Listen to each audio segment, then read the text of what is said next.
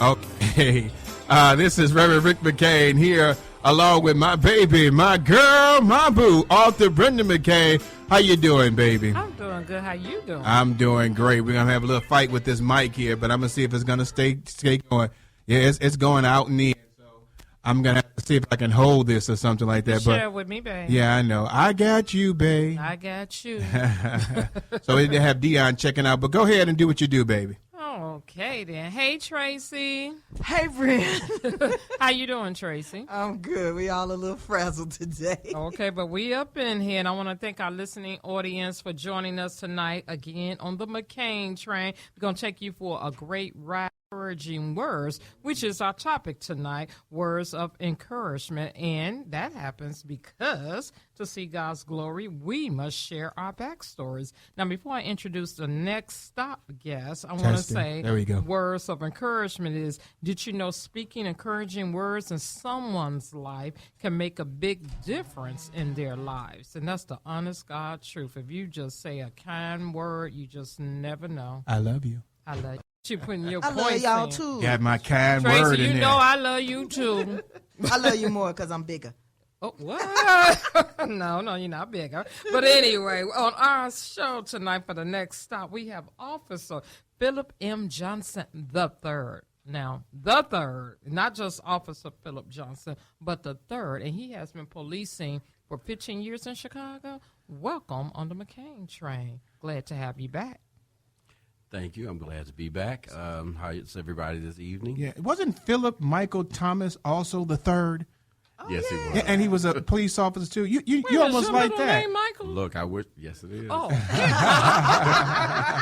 I wish I was in Miami where he was. I'm telling you right now, that'd be pretty nice. okay, interesting. So maybe you want to get right into it here. Yeah, let's do this. You know, we've all had a interesting day. You know, job driving is crazy, so we need some encouragement. So we got Philip here, and Philip, we're talking about encouragement, and I know you work with a lot of youth and things of that nature. How do you go about? I mean, you're a policeman. Okay, let's just get real. We're gonna get real right off the jump. You're a policeman. Yes. Most people don't even like policemen no more. True. There's no more officer friendly. I mean, nobody likes the police anymore. And now we've got this man in here that is a good man, a good policeman, good man of God, good man all around. But nobody likes policemen. How do you encourage people in the position that you're in? First of all, when I meet them and I greet them and I associate with them, I let them know that I'm human too. I'm human too. I've come from an era, a background where we had to communicate and that we were loved and that we had people that were actually standing behind us and supporting us. So I let them know that right off the bat. Yeah, and that's important because a lot of times we were talking about it last week where we were talking about hypocrisy and people label the church as hypocrites because an individual.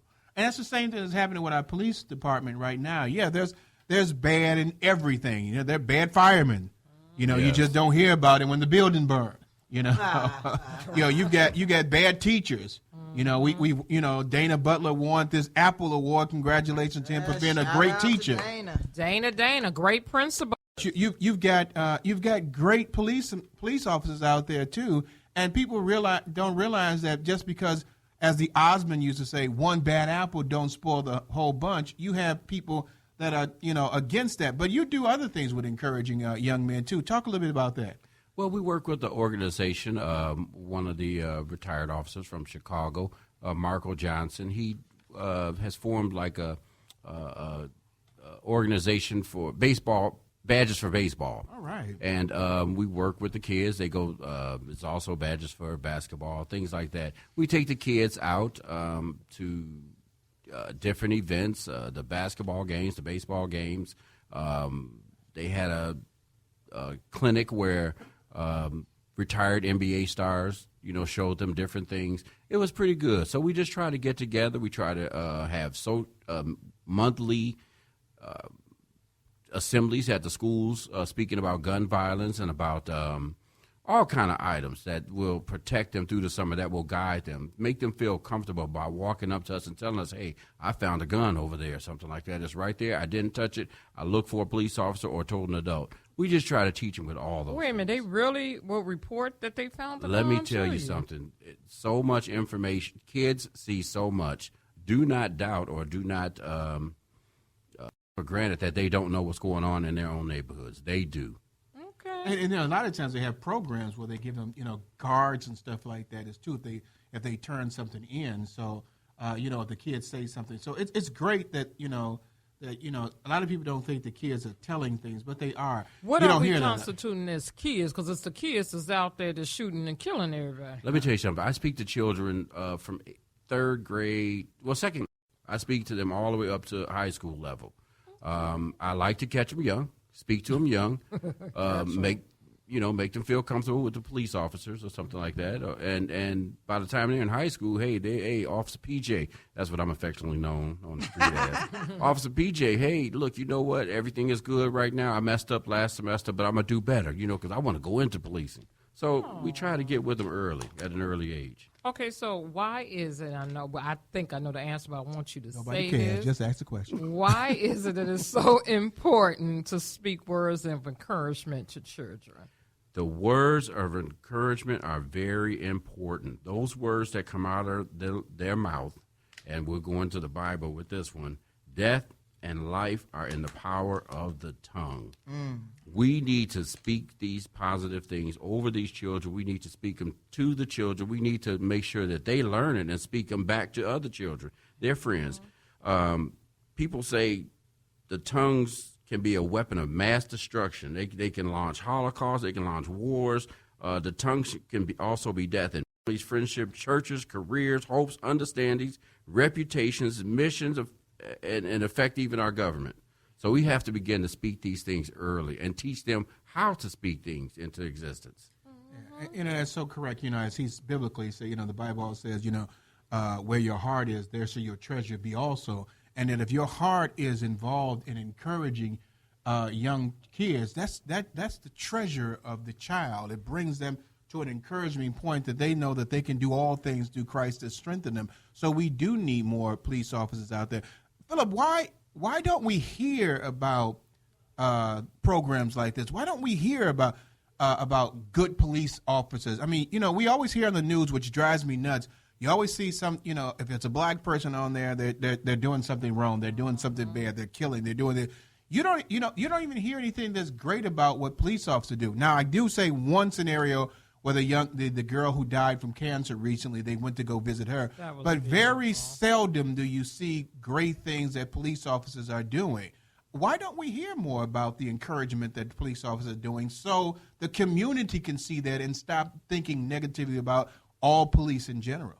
Well, we need more people like the McCain train that give us an opportunity to come out here and tell people what's going on, to get the information out to our people, information out to our areas. There are a lot of things going on. We took a bunch of kids down to the police academy downtown. We barbecued, we played ball with them, we played sports with them. We had classroom segments, all kind of things down there, and it was very effective. We do the same thing, like I said, when I go to schools and things like that, or just set up a session, or generally just come in and check on them. They'll set up things for me to talk with them. We just need to get the information out. We need adults to let them know that it's okay to have a friend as an officer. Yeah. It's okay to talk to them. We actually need to do an on-site thing with Officer Friendly PJ, Phillip Johnson, and go to these barbecue events that they have this summer. Right. I would love it. Yeah, the thing about it is that we have to be a community again where the police and the community are united as one.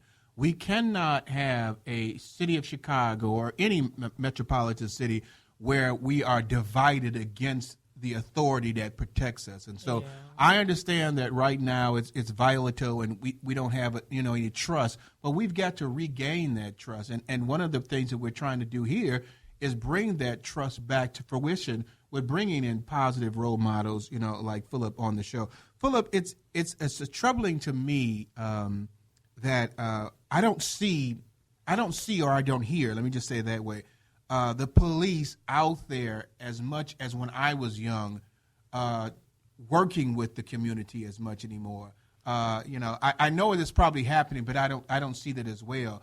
Can you talk to some people about how that is actually happening so people can understand that, the police are actually trying to work with our communities? Well, it's pretty tough nowadays. We have a lot of negative media, so to say, that's impacting the police department, impacting what we do out there. We do get out. A lot of police officers are kind of standoffish with getting some things together. Everybody's got a camera. Not to say that every police officer is doing something bad. Yeah. But, people attach different stories to different things that they just see.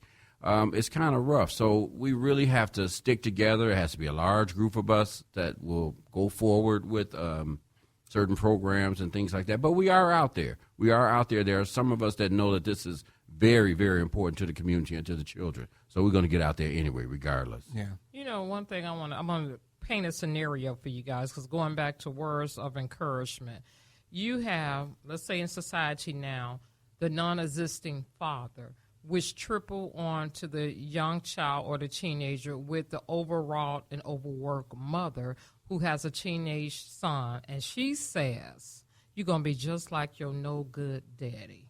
And that child thinks that's what he's going to be. That's what my future. My father ain't no good. He ain't been around, so what she expect of me? This is what I'm going to be. I'm going to be out here with the gangs. I'm going to be running here and doing that. How can you convince a child that, or a parent, this goes to the parents, that the words, like you said, breathing, speak life into a child? She's speaking death into her son already when he's just 13 or 14 years old.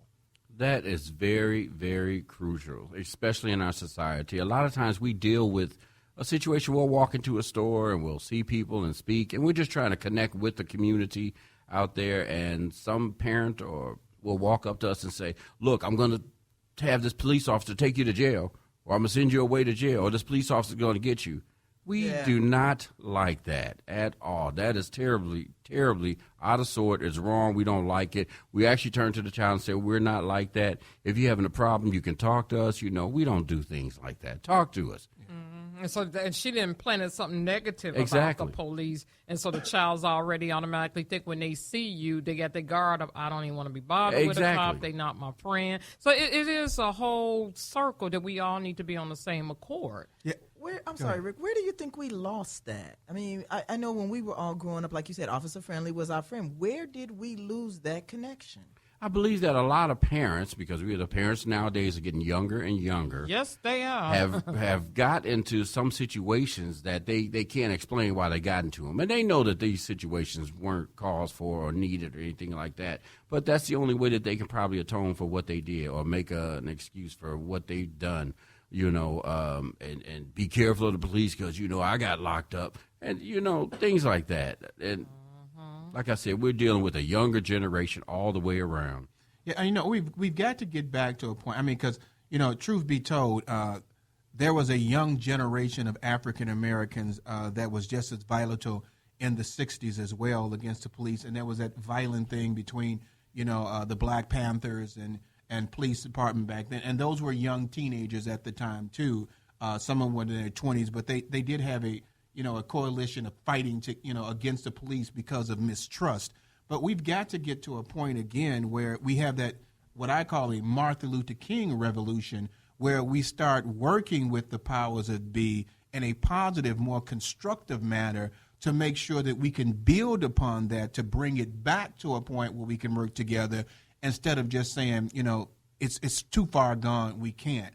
Phillip, that's what I'm saying is that we need to get to a point where someone steps up and says the time is now that a police department and the community come together as one. I don't care if it's just a couple of them doing it, but it has to be something where it's seen. And unfortunately, we don't get a chance to do that as much. And you know what? We have a lot of programs that try to knit things together like that. I also work with the senior citizens. So I try to get them a lot of information that they won't get out on the street or anything like that, as far as safety and things that are going on or programs that they have for them also, not just the children. I try to speak and I try to encourage the seniors the children also, domestic couples, things like that. Those are all the things that I work with, that I'm involved with. But yes, we do have programs. We have a CAPS program, the Community and Policing Strategies.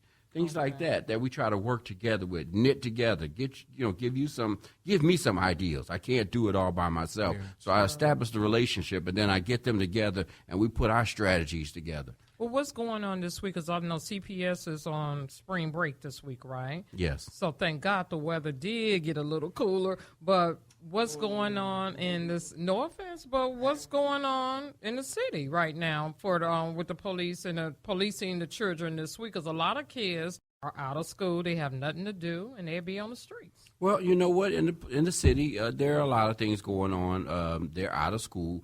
It's kind of good because the children are at home too, so that keeps a lot of riffraff and crime from happening into people's homes because there are people home. Suburbs are in school right now. We've had a few incidents in the suburbs where say it ain't so. Yes, we had some incidents in the suburb. The suburbs are coming to the end of their school year, so a lot of violence and a lot of payback and things like that are set in the children's minds. And they said they're going to take this time to straighten it out. So we are on guard in that. I've been contacted by several agencies already, so we can put our plans together. The other day it had to be 15 children and their parents in about a situation, and I believe we nipped it in the bud. We came with it hard. We spoke to them, and after we came with them, I did encourage them. Yeah. I gave them words of encouragement. I let them know that it's going to be all right. I let them know that these words that you're passing back, this social media, these things, it's not going to be acceptable. It's not going to be tolerated, and we're going to have to take a different stance on it. And I like that, and this is where the Let's Stay Together show is. I'm going to disagree with my counterpart over there talking about just because the weather is getting warmer that they're going to start being shootings. I'm going to go against that and say, well, we did talk about that yesterday. How many shootings? But I'm just saying we've got to have a more positive approach that's not going to happen, not saying that just because the weather is happening, it will happen. And that's where officer friendly or people come into it. We start thinking positively that we want to stop the shooting, eliminate it. There may be one, but it would be better than 1 than 10. If we had 10 last week, can we get down to 5 this week? We've got to get to a point. And officer friendly was only one individual. And so that's what we got to get, that one person that's encouraging. And if you don't realize right now, people that are listening, Let's Stay Together show is talking about a relationship and encouragement between officers and the community. We need to get that back together. And it can't just be the policeman doing it. It has to be the community wanting to do it as well. You cannot have one person trying and the other people still believing the past that it will never work. We've got to work together with getting that done. And so, Phillip, I'll ask you this one question: How do we regain that trust with each other? What can we do? I know you're a policeman. You're a person as well. You're a human being. You're a father. You're a person that cares. How do we get that trust again with each other? Well, just like you just said, I let people know I'm a human father. I wear this uniform, but after this uniform, I'm a father. I'm a person. A husband. I want to. I'm human. I like to sit back. I like to relax. I like to chill with you. I like to throw a softball with you. Many times we stopped on the street and we've connected. We saw kids out there. Hey, throw me the ball. They'll throw the ball. We'll stay out there, and throw the ball with them. After that, every time I see them, they're like, hey, you know what? I've been practicing. I got this down. And we'll hop out and we'll make that connection with them. When we make that connection with those children, then those children go home and they tell their parents. Yeah. Then the next thing you know, if it's a positive situation, their parents want to meet us. Yeah. Or you know what? As many times, hey, you know what? My child's told me something about you. I'm glad to meet you. So we're just continuing to try to reach the children. And they will reach out and touch their parents. Their parents, if they're the good parents and the parents that they're supposed to be, they're going to wonder, who's my kid talking to out there? Yeah. I know that's Officer PJ, but let me see who Officer PJ is. But we start making that connection like that. But see, that's good because that's so different that the parents are meeting you on different circumstances. Yes. Because it could be so easy turned the other way. And it's great that, like you said, you would see a child out there, you toss a ball with them instead of tossing some bullets at them. Exactly. You know, so. And we've got Betty Shabazz on the show with us again today. I'm just being honest. Because she just calling out, we're going to shoot people, shoot people, shoot people. No, I'm not. I'm just telling it Shoot. way Phillip, I'm going to have to have you check to see if she got a gun after the show is over. I do on my But can I say this much? We're talking about that. I'm joking with her. That's my baby, my girl, my boo. Those your encouragement words. Right, those are my encouragement words. Put your gun down. But let me just say this, Phillip, we've got to admire, and I know people are not going to really like this comment, but we've got to admire the policemen that do go out and try to do words of affirmation and encouragement. Because in this society and community today, you got people that might even want to hurt you just while you're trying to do something positive. So we've got to admire that there are, and you can't get upset because one bad apple may spoil the whole bunch. So I say to the police officers that are out there that are trying to still be that old officer friendly that's working with the kids, I salute you. I admire you for doing that, because now it's very difficult to do that, because we're worried about Black Lives Matter. I'm sure if people are really honest, and I know you don't want to hear this, but police officers think that Blue Lives Matters too. And so we've got to start realizing that if you're going to say that Black Lives Matter, Blue Lives Matters too, and if the blue life is out there concerned about the black life, then you need to make sure that you don't do anything to the blue life to make them not care about you. Exactly. And there's a saying, too, that talks about the thin blue line. We are the thin blue line, and we're out there, and we're trying to do as much as we can. There are more people out there than there are police officers. Yeah. So we have that organization, that little clique that we call the thin blue line, and it's very prevalent, and it's there. And there are many officers out there that are trying to make this contact and this connection with society out here. Of course, we have a few bad apples. Yeah, I mean, you have bad apples in everything, and that's what I'm saying is that we can get rid of the bad apples, but you can't keep on saying it's the cause of the bad apples that we're not getting together. Let's work together. This show is called Let's Stay Together Talk, by the way. Mm-hmm. We need to find out, yes, let's get rid of the bad apples, but don't keep on going back and saying, I can't talk to you because of a bad apple. Right. Let's work together. Get the one that's a good apple and work together. Exactly. All right now. All right. Okay, preacher man. Hey, I'm just saying, because I'm tired of hearing about our kids dying, and then those that are supposed to protect us, we don't even want to work with them. Okay, if we got some bad ones, let's get rid of them. Mm-hmm. That's what we want to do. Fight to get rid of the bad, not just fight against the bad. But it's that same thing, that divide and conquer. If the media, and I blame the media. The media's got a lot of faults. If the media leads us to believe that we're against the police, then we're going to do that. You know, so it's that divide and conquer thing, and we have to come together more. We do a program similar to what you said over the summer, where we bring the kids together and play basketball and have hot dogs and stuff. But a person came up and said, okay, so what are you going to do the other 364 days of the year? And they were like, we can't take but one day at a time. And I think that if we do it that way, that we'll eventually come back to where we were before. And you can just work together and say, well, let's do something next month or the month after or the month after. And so that's what you've got to do. You got to build upon a program. And so let me say this, and we're going to go to, I know you got those questions you have. But let me just say this. The Let's Stay Together show is officer friendly. So y'all see my car out there. When you think about getting a ticket, remember, Reverend McCain, Let's Stay Together show is officer friendly. We both the McCains. We got to change your license plate. I'm telling you, I'm going to change my license plate. We got to change the license plate so people will know who we are. So what you got, baby? McCain Express questions. You want to go right into it now? So, Phillip, I think you've been here once before. Did you have the McCain Express questions before? No. Oh, No. you missed it. So what we're doing, and words of encouragement and getting to know you as an individual, we have the McCain Express, and we ask 15 questions just so people can get to know you a little bit better. You ready for those? Yes, And I'm it's ready. going to go fast. You have to go with the first answer that comes to your mind. Wow, okay. Look, he Let's got go. nervous, Let's go. y'all. Okay, coming from me first. If you had to choose between a luxury car and a sports car, which one would it be? Luxury. Are you an introvert or extrovert? Introvert. If you could live on the East Coast or the West Coast, which one would you choose? West Coast. Seafood or Chinese food? Seafood. Is date night dinner in a movie or dinner in some jazz music? Dinner, some jazz music. All right. We've got Temptations or the Four Tops. Temptations. Chinese food or Italian food. Chinese food. You're most excited about winning $1 million or winning $1 million home? Winning $1 million. Oh, yes, Lord. You rather vacation Hawaii or Aruba? Aruba. You have a choice of one meat to eat for the rest of your life. Is it steak or chicken? Chicken. Chicken. I knew that. Go ahead, girl. Which TV shows you like the best, drama or comedy? Drama.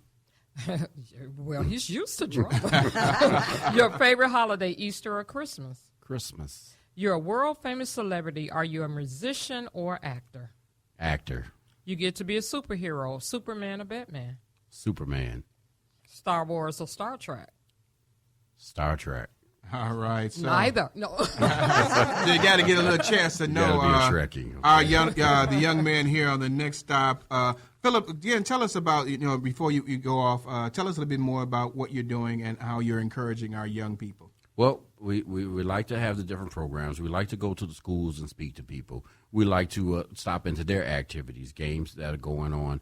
And we don't just limit it just to, outside organizations and things like that. We visit all schools in villages or departments. I do things in the suburbs. We just try to leave the doorway open, to reach out and touch them. We want to speak positive things out there. Sometimes I ask, if you had something to say, something that you could just say to a child or a juvenile, what would you say to them? And I ask you all that, too. If you had something positive that you could say to them, what would you say to them? I would tell them that you can do all things through Christ that strengthens you. Wow. And I tell them to stay focused to whatever dreams that you think you have or want to come to, if you want it to come to surface, just stay focused on it. Never give up. Tracy? I think that I would tell them to not stop reaching for their dreams no matter what happens.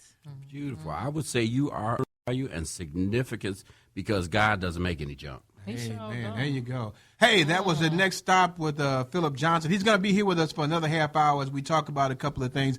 Once again, Let's Stay Together show talking about words and encouragement. We want to build the relationship back with our police department and our communities, and this is how you started. Thank you very much, sir, for being the guest. Hey, baby, what we got next? We have coming up Point of View by Donna Terrell. Hi, this is Reverend Rick McCain, along with my baby, my girl, my boo, Author Brenda McCain, and Tracy Brown Howard. We'll be right back after these commercial breaks. I always get it right. Lately. You're fired. Can you get us our